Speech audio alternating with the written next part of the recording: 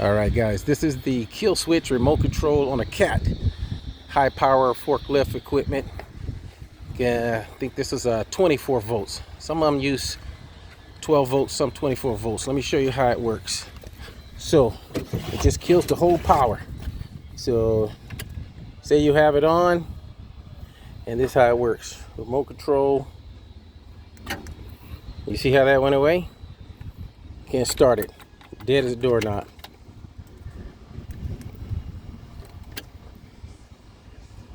Hit the B again. See that? It's just turning it on and off. Remote control.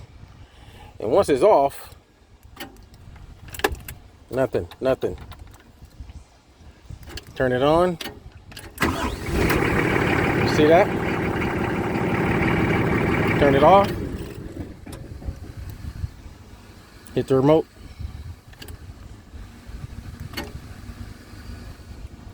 There it is. Watch this. Turns it on and off. See the dashboard?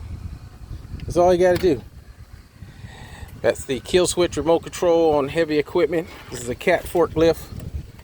It'll work even on these 24 volts, 12 volts, whichever one you need. We got them.